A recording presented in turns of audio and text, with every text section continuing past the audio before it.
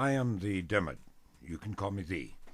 I'm retired from 37 years in radio broadcasting, and I worked weekends at KUTY in Palmdale, California, a number of years ago, around 1968, 69.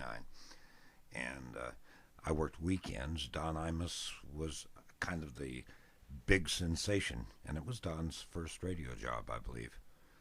I had a lot more hair then, and I used a different name. I was Jerry Michael back then. So I do know a little bit about how Imus's career started. I've kind of followed it over the years, watched him make mega giants amounts of money and do philanthropy work to help people.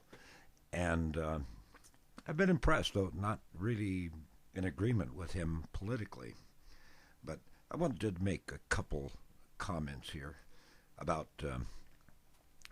Don Imus and his show and his remarkable success. First of all, in Lancaster, in the Palmdale area in California, Don was a brilliant star. I mean, he flashed through there like a comet, and was fired because I think he was going to run for governor or something, and there was a lady that owned KUTY who just got all teed off that he was going to run for governor, and she up and fired him. It was a serious error because the whole purpose of this game is to get people to listen. He went straight from there to New York and became a mega giant celebrity and a mega giant in the talk radio business. Good for him. His audience was made up of people that liked what he said, with a small fraction who listened because they could not believe that he could stay on the air. He has done this. He has done this for close to 40 years. And the whole thing is it's a talk show. People have got to understand. A talk host is not a news commentator. A talk show is like a mirror that you hold up against the community, and it shows you what is there. Nothing more. If there's hatred in the community, you're going to hear the hatred on the talk show. It's just reality. That's how it is.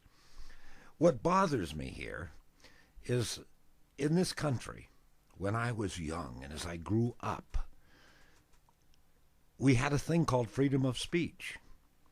We were free to think the way we think. And it's used to be wrong to think one thing and say something else. What Don Imus being forced into being fired really is saying you can't think the way you think. It's like George Orwell's 1984, is it Orwell that did that? I don't know. I'm at home. I don't have a producer that can tell me if I'm right or wrong. It's almost like that. It's like mind control. It's like we're zombies. We're all hypnotized. This is what you can say. This is what you can't say. This is what you can think. This is what you can't think. I watched on the news tonight on CNN. By the way, the doctor said to give up smoking, and I have. Tragic here that with video, you can't get away with that. On radio, you could. But on the news tonight, there's all these people demanding that I must be fired. And they may succeed because they've taken on the most valuable asset that Imus has. The one place where he's vulnerable is advertisers, and that's what they're demanding. And a bunch of wimpy advertisers will more than likely pull their ads because they don't believe in this freedom of speech thing either. It's serious what's happening. I don't particularly agree with Imus's politics, but the issue is something as basic as a Liberty Bell.